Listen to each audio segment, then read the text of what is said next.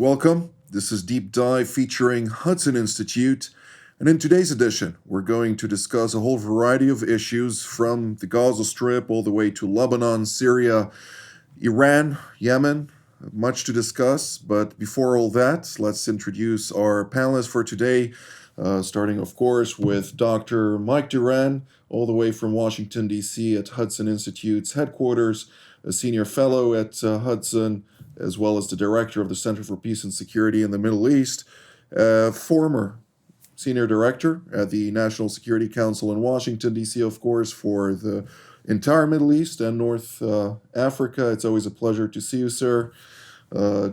Just next to him on the screen is Brigadier General in Reserve, Dr. Amnon Sofrin, formerly the chief of intelligence of Mossad, as well as a senior director or officer at the IDF Intelligence Directorate.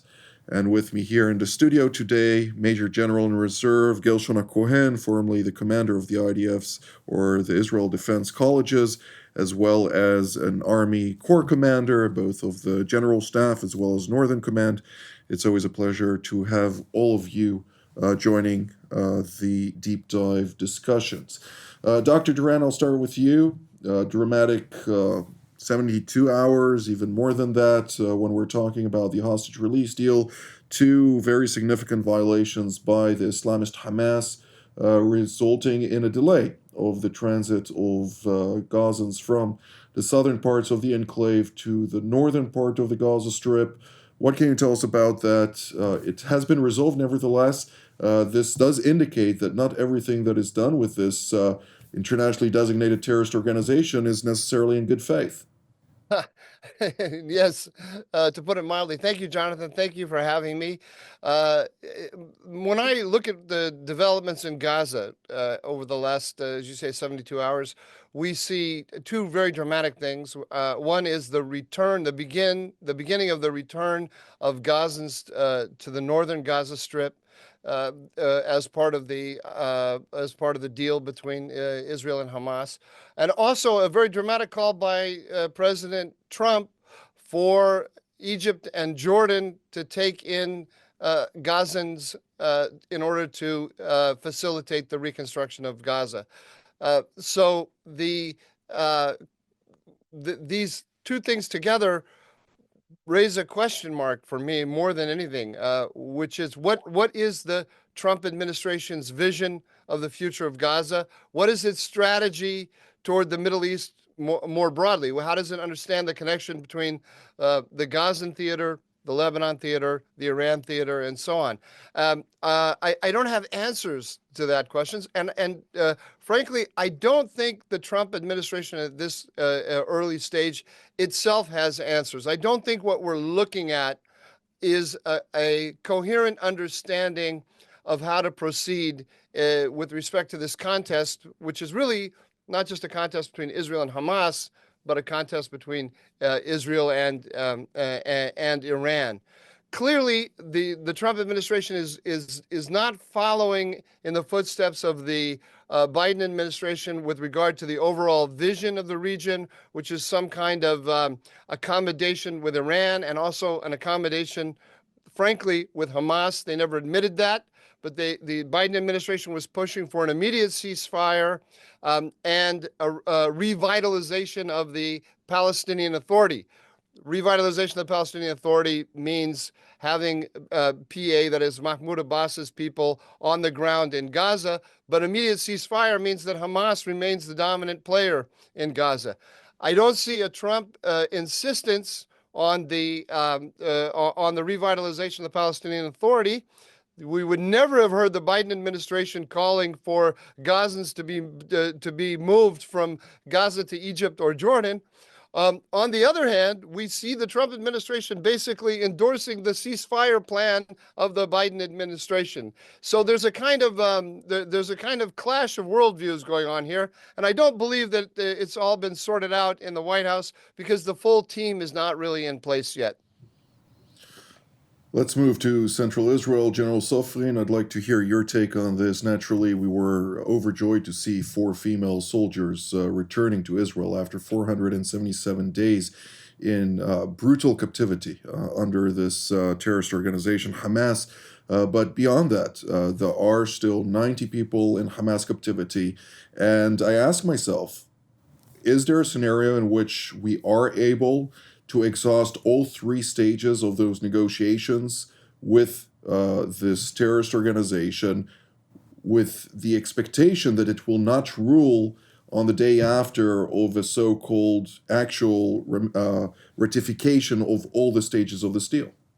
I think that what happened this week is framing the whole negotiation and the whole deal in a certain way, in a different way that it used to be before. Hamas violated the agreement by not releasing Arbel Yahud, which is captured as if by another organization, not Hamas, but something that is affiliated with the Palestinian Islamic Jihad. And they kept her under this organization, and they claim that they don't know where she is. Israel decided, after debating between themselves, inside itself, decided to go on with a negotiation, with a release of these four ladies that were captured in Nahal Oz on October 7. But afterwards, immediately, they said that, okay, you violated the agreement on one hand, we're going to violate it on the second, on our side. That means we're not going to open the coastal road for people to get back into the northern part of Gaza until we know exactly her situation, that she is well, and when she's going to be released. That means that Hamas, for the first time, applied to the Israeli pressure, because it's not only Israel, because they know that on the background they have the Trump administration, and they threatened them that you're going to get and to feel hell if you're not going to apply to this deal. And that means that the cards has been changed for the time being. Now, I believe that the first phase will go as planned, and with some violations here and there. But in the end, after 42 days, we're going to receive back the 33 people, part of them alive, and unfortunately, some of them will not get back alive. What happens next is dependent on very much on the side of Israel, because Israel understands that our government, the Israeli government, of course, understands that the second phase is related to stopping the war, to retreating from Gaza, and actually leaving Gaza for the control of Hamas, just like it is right now. And this is something that has to do with politics in addition to the other things. That means internal politics. That means that the Prime Minister Netanyahu should consider what his priorities are. That means, is he going to apply and go to this second phase in order to get the other people back, and in return to stop the war, or to apply to the internal pressure of the right wing in his government. That means the Minister of Finance and the others as well, and to go on and drag this war and promise that we are going to renew this war, and that will be a death sentence for the people that are left here in Gaza. Well, I agree that Israel is a factor in this equation. I don't think that Israel is the only factor within this equation. I think Hamas is looking broadly. It is tentative to their patrons, both in Qatar as well as Iran, as well as elsewhere. And they will consider their own calculations within this context moving forward, since Israel is not the only one dancing in this tango. And naturally, the composition of the government currently is complicated when we're talking about the relationship, which is an understatement. But it's not the only relationship that is complicated, broadly speaking. But General Cohen, I'd like to ask you to give your 2 cents on this. Not too long, if I may, because we want to move also to the next theater. But I'd like to ask you, how do you see the Egyptians playing a role in this, as well as the Jordanians, considering what also Dr. Duran mentioned about, President Trump coming out and suggesting the relocation of Gazans in order to clean the area and rebuild it, Naturally, Hamas rejected it outright, thinking that it may indeed be a factor moving forward, but the Jordanians and the Egyptians are opposing this. Of course, it is very important to emphasize that the Egyptians, since the days of Sadat in Camp David, are playing a double game. In one game, they are accepting the peace process and the peace agreement with Israel. On the other side, they are making exploitation of the trouble of Gaza in order to defeat Israel.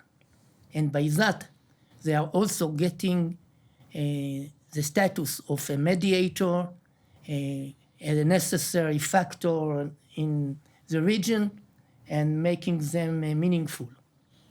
They are not at all willing to make even one step to solve the problem of Gaza. Regarding the declaration of President Trump, the main importance of that declaration is not just by the probability to really bringing that to reality, but by breaking the taboo that along all the years, of course since Oslo, all the approaches to solve the Israeli-Palestinian conflict have been directed to the borders of the British Mandate territory. I myself visited the Congress and Senate to present the idea of another solution to Gaza. All the beach between Rafah and El Arish could be a beautiful Palestinian Riviera with beautiful beaches. It could be really a paradise. The Egyptians could be really delivered a lot from that, but they will not even give a place for one Palestinian to come to that desert, that now it is an empty darkness at night without nothing. And they are not at all willing even to build a kind of cooperation with Israel to Gaza about electricity of solar systems in Sinai to deliver electricity to Gaza. So the importance of the declaration of President Trump is just by jumping out of the conventional box. And from that, a lot could happen. Absolutely. It's interesting you mentioned the Egyptian angle, since when we look at the type of weaponry that was uncovered in the Gaza Strip, much of it has come from Libya, following the fall of Muammar Gaddafi, and smuggled through Egypt into the Gaza Strip, and taking into account the fact that I think Dr. Sofrin can give us a little bit more insight on that later about on. That, even Israel Hudson, that was deputy of Shabak, and Yuval Diskin, that was head of Shabak, what they learned from facing that trouble to Mubarak, and he did nothing. Indeed. The fact of the matter is that the head of intelligence, who at the time, Abbas Kamil, or whoever assumed the role, they knew everything going on in Egypt. And for some reason, they made a strategic decision to allow the weaponry to enter into the Gaza Strip for the support of the so-called resistance, Mukawama in Arabic, something that has already raised plenty of red flags here in Israel about this fact. But Dr. Duran, I'd like to zoom out. If you'd like to have a closing sentence on this, please go ahead. But if we may zoom out and move northward towards the Lebanese file, where we have an extension to the ceasefire following repeated violations by Hezbollah. Nevertheless, the slow progress of the Lebanese armed forces to take the place of the IDF and ensure that Hezbollah does not rehabilitate itself in the area south of the Litani has been lagging. So let me actually put in just one last sentence here on this on the Gaza question. I completely agree with General Cohen that President Trump has broken the taboo and has opened up the arena to alternative ideas. I think it's very important, though, that we develop those ideas and that we have some one or two very concrete alternatives to the revitalized Palestinian Authority, et cetera, et cetera, et cetera, because there's a drift right now. And if the drift is not arrested, we're going to have Hamas back in Gaza, because there's no plan, as far as I see right now, to actually separate Hamas from the population or decapitate it politically. I mean, it's been destroyed as a military organization, or all but destroyed as a military organization, but it remains the dominant political element there. And we have to have some idea. When I say we, the United States and Israel together, about how to achieve that. The endorsement that the Trump administration gave to the Biden plan for a ceasefire has given Hamas hopes of a new lease on life. But we don't need to belabor that point. In Lebanon, we see now that the Hezbollah has adopted a strategy of pushing quote unquote civilians toward the border towns that Israel cleaned of all Hezbollah presence. The Israelis are pushing them back. This is a kind of a political campaign to force the Israelis to withdraw militarily and announce in keeping with the terms of the ceasefire. The Israelis, of course, are arguing correctly that the terms of the ceasefire have not been met on the Lebanese side. The Lebanese armed forces are supposed to take control of these areas in southern Lebanon and make sure that Hezbollah and no military elements return. Of course, the Lebanese armed forces is not going to do that. And of course, it's going to pretend that that there are civilians that it's pushing back, while actually using civilian cover for a revitalization of Hezbollah. And the Israelis will argue that they have to have a continued presence there. And again, we come to the question of what is American policy. And the big news in that regard, coming out of the United States in the last week or two, is that the Defense Department in the Trump administration is now being populated with restraintists. These are people from the Trump coalition who believe that the United States should have a very light footprint in the Middle East. Many of them are not particularly supportive of Israel, and in fact have attitudes very similar to progressives on the left, who see Israel as dragging the United States into conflicts that it need not be dragged into. So there's going to be a major debate inside the Trump administration about how strongly to support Israel in its effort to see that southern Lebanon does not become once again under the thumb of Hezbollah. If I have to bet, I bet that the Trump administration will come down in support of Israel, but we have to see that this is not a foregone conclusion. Restraintists, a kind word to isolationists, or a acronym to it, or however you want to, a synonym, excuse me, to the word. Am I mistaken? No, yeah, I don't. I think that isolationism suggests certain positions that they don't actually hold. So I'm not trying to use a euphemism. I just think that a restraintist is a little bit different than an isolationist. But the key issue here is they think that we can get out of the Middle East, and many of them think that Israel is dragging us dragging us back into the Middle East.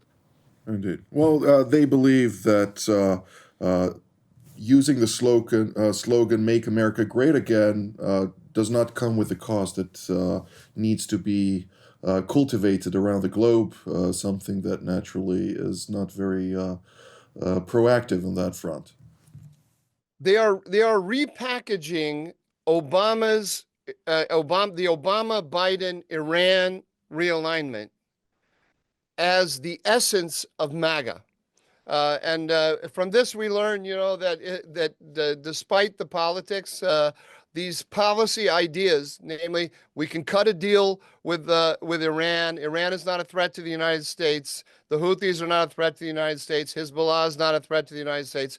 These ideas these ideas do not die even as their major political proponents disappear. They are embedded within the American national security debate. Very alarming indeed. Well, I'd like to move to General Sofrin. When we're talking about Lebanon, to what degree are Israel's activities in Lebanon also impacting its modus operandi when we're talking about the Syrian file? First of all, when you look at Lebanon, and I refer to what Mike said, Hezbollah is returning to the doctrine that it used in on 2000. When we announced in 2000 we are going to leave Lebanon, it was Prime Minister Barak who announced that within 1 year after he's been elected, we were going to get out of Lebanon by an agreement with Syria or unilateral disengagement. And Hezbollah began destroying the South Lebanese army by sending residents, citizens, meaning women and children, to walk into the fortifications, into the positions of the SLA, and the SLA collapsed within few days. And that forced us to leave Lebanon earlier than we planned. We planned to go to leave Lebanon in July. We left on May due to that collapse of the South Lebanese army. And now they are returned to the same doctrine. They are sending people, residents, to get back in as if into their home, to their houses, and to wait and see what happens, how we are going to react. And yesterday, Israel reacted, the IDF reacted forcefully, and actually send them a message that don't challenge us, because we will fire, and you're going to be hurt, and don't challenge us one more time. And this is a message. Now, of course, we are going to stay in Lebanon for, we have an extension. And as I believe that, according to what I know, that we asked the American administration for its approval and cooperation to stay in some, what we call key position inside South Lebanon. I'm not sure that it's going to happen, but nevertheless, this was an Israeli request. Now, regarding to that, how it relates to Syria. Syria today is actually a buffer zone between Iran and between Hezbollah in Lebanon that doesn't allow the Iranians to go through Syria like they used to do before, with the cooperation, of course, of Assad regime, and to deliver weapon systems to Hezbollah. And Hezbollah today is quite isolated. It can't resupply itself with new and advanced weapon systems. Only what is left undestroyed, and that's the only arsenal it has right now. And of course, we are dominating the air and we're dominating the sea, and we can deny any attempt to get either through the sea or via air and to deliver weapon systems to Hezbollah in Lebanon. On the other hand, we have the Syrian front. We have to wait and see, even though they declare that they don't want to go into a war with Israel, and Israel should get out because the Iranians are no more inside Syria. But nevertheless, we have to wait and see, and to be deployed on a formal position like we're deployed right now, and to make sure that nothing bad happens, and they don't have any intentions to send or deploy terror groups into the front of to the Golan front, to the Golan Heights front on the Syrian side that can target Israel, and therefore we have to stay there for some months until some agreement is achieved, and we are sure that everything is calm and we can get out in some places, even though we are planning to stay in some other places as well. Indeed. So on this, actually, I will note that today the European Union, as part of the Foreign Ministerial of the Council, held a meeting during the course of which they have made a couple of decisions on removing some sanctions related to Damascus, related to Syria. I personally think it's too early in this equation. Some may disagree with me, but nonetheless, you don't give away your leverage before the things that you hope to see achieved in Syria are brought to fruition in full.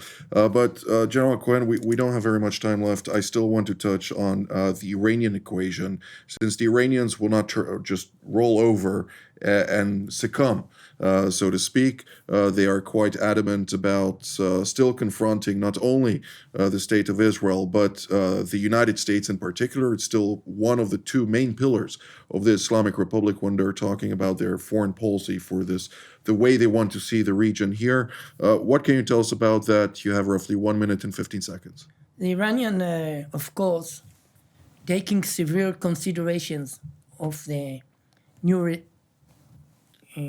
administration in the United States, and they are quite sensitive to the threat of the new president, but they are not at all giving up their idea to destroy Israel and to get some more positions to attack Israel, for example, Jordan. Still, the smuggling of weapons to West Bank is going ahead. It is very hard to stop the money that coming to this terrorist in Jenin. The northern Samaria region. Yes, the northern Samaria, they are called themselves Katiba. They are very well equipped, well paid. We don't really succeed, Israeli, not really succeeding to stop all that money that we move to them, and the same about weapons. So it is a great danger, and it is a danger risking the Hashemi kingdom and not only Israel. And it is, of course, a very important issue to America about the future of Iraq. If the Americans are really going to go out absolutely from Iraq, then a new front will be opened. Well, this is all the time that we have for today. I'd like to immediately thank Dr. Mike Duran, Brigadier General in Reserve Dr. Amnon Sofrin, and Major General in Reserve Gershon Cohen. I'd like to thank all of you at home as well. Until our next edition, from here in Jerusalem, wishing you a good day.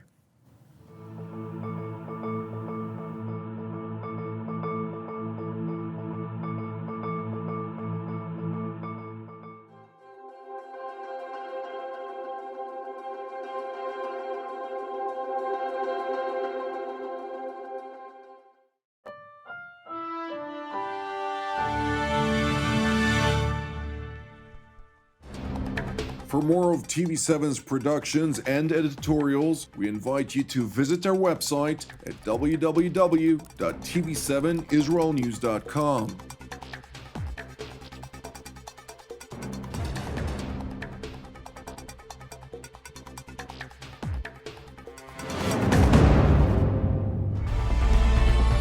Jerusalem Studio, now available on Spotify.